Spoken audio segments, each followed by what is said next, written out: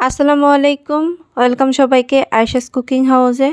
আজকে করে দেখাচ্ছি নারিকেলের চিপস বা চিড়া, যে যেটাই বলেন না কেন। আর এই নারিকেলের চিপস বা চিড়া যে যেটাই বলেন, সেটা করার জন্য আমি এখানে একটি ফ্রেশ নারিকেল নিয়ে নিয়েছি।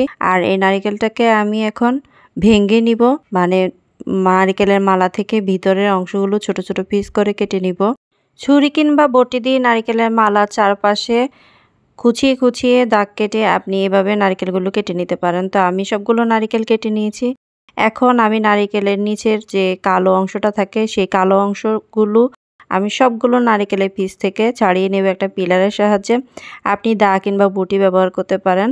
এই তো আমি এভাবে করে সবগুলো কালো অংশ ছাড়িয়ে নিব। একে একে সবগুলো নারকেলের পিস থেকে কালো অংশগুলো ছাড়িয়ে নেওয়া হয়ে গেছে। এখন আমি আসলাম মেইন পয়েন্টে।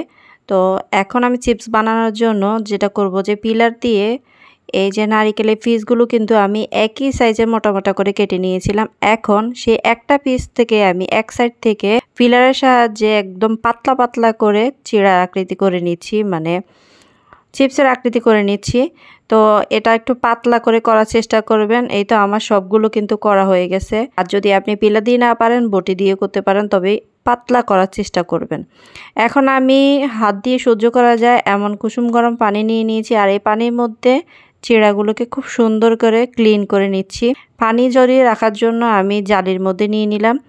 আর এটা ঝাঁকিয়ে কিছুক্ষণ রেখে দিব পানিটা ঝরে যাওয়া পর্যন্ত। এখন আমি চলে আসলাম চুলায় আমি 2 পিস দারুচিনি আর 3-4টে এলাচ দিয়ে দিয়েছি। আর শুকনো তাওয়ায় খুব সুন্দর করে টেলে নিয়েছি একটা সুঘ্রাণ আসা পর্যন্ত। এরপর আমি বাটি মেপে চিপসগুলো দিয়ে দিব, নারিকেলের টুকরোগুলো দিয়ে দিব, কারণ এই মেজারমেন্টে আমি কিন্তু চিনি দিব।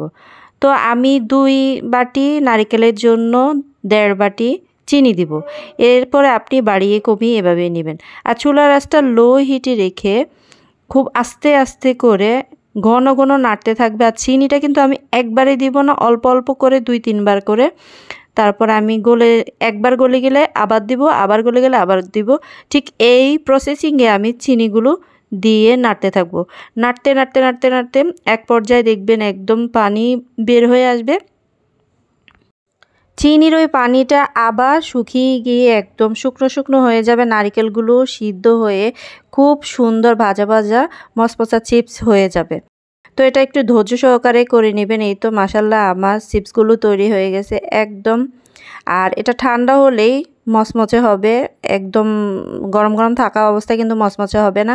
আপনি চিনিগুলো ছাড়িয়ে তারপর চিপসগুলোকে একটা এয়ারটাইট বক্সে রেখে 1 মাস যাবত রেখে খেতে পারবেন, কোনো সমস্যা নেই। আর এই পদ্ধতিগুলো অবলম্বন করলে আপনি ঠিক লঞ্চ গার্ডের মামাদের মতো একদম চিড়ার চিপসের ফ্লেভার পাবেন ইনশাআল্লাহ। রেসিপি ভালো লাগলে লাইক কমেন্ট শেয়ার তো করবেনই। যারা এতক্ষণ আমার সাথে ছিলেন তাদেরকে অসংখ্য ধন্যবাদ। আজকের মতো এই পর্যন্তই। আল্লাহ হাফেজ।